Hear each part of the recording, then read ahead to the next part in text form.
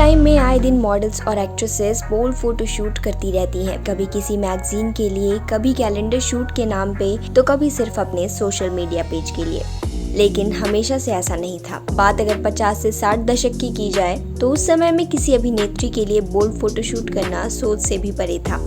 उस समय में जब एक्ट्रेसेस फिल्मों में एक्टिंग करने से कतराती थी तो साड़ी में लिपटी नजर आती थी। लेकिन उस जमाने में भी एक एक्ट्रेस ने एक फोटोशूट से इंडस्ट्री में खलबली मचा दी थी। इस एक्ट्रेस का नाम था बेगम पारा।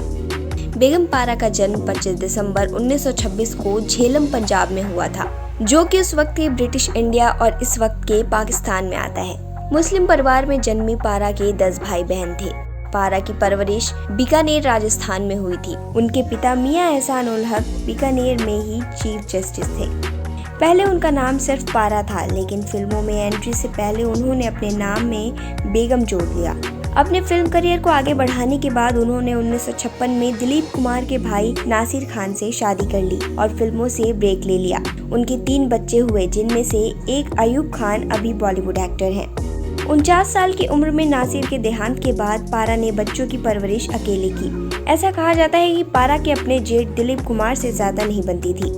वो ये कहती थी कि अगर वो दिलीप कुमार हैं तो मैं भी बेगम पारा हूँ। बेगम पारा की फिल्म इंडस्ट्री में एंट्री की बात करें तो जब वो छोटी थी तो अक्सर छुट्टियां बिताने के लिए बॉम्बे जाया करती थी। वहाँ उनकी भाभी प्रतिमा दास गुप्ता रहती थी, जो कोर्ट डांसर फिल्म में एक्टिंग कर रही थी। उनका घर अक्सर फिल्म से जुड़े लोगों से भरा रहता था। तभी कई प्रोड्यूसर्स और डायरेक्टर्स का ध्यान बेगम पर पड़ा और उन्होंने बेगम को एक्टिंग करने की सलाह दी।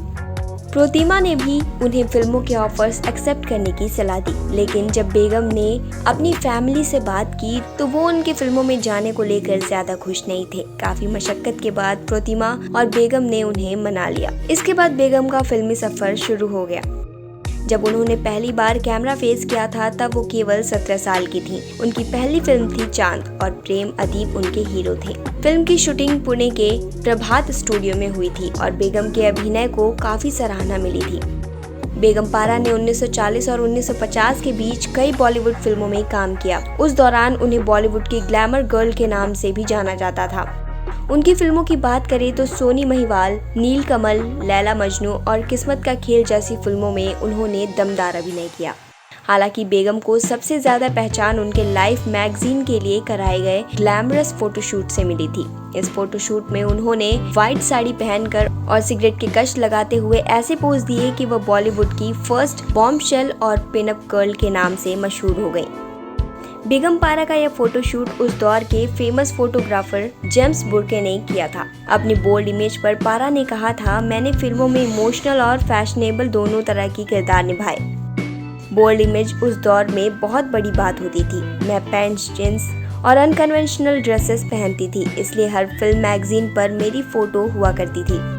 मैं जानती थी कि मेरा फिगर बहुत शानदार है। ऐसे में अगर मैगजीन्स के लिए मुझसे बोल्ड पोज देने को कहा जाता था तो मुझे कोई आपत्ति नहीं होती थी। पारा अंतिम बार संजय लीला भंसाली की फिल्म सावरिया में नजर आई थी, जो 2007 में रिलीज हुई थी। इस फिल्म में उन्होंने सोनम कपूर की दादी का रोल प्ले किया था। 2008 में बेगम पारा का देहांत हो गया।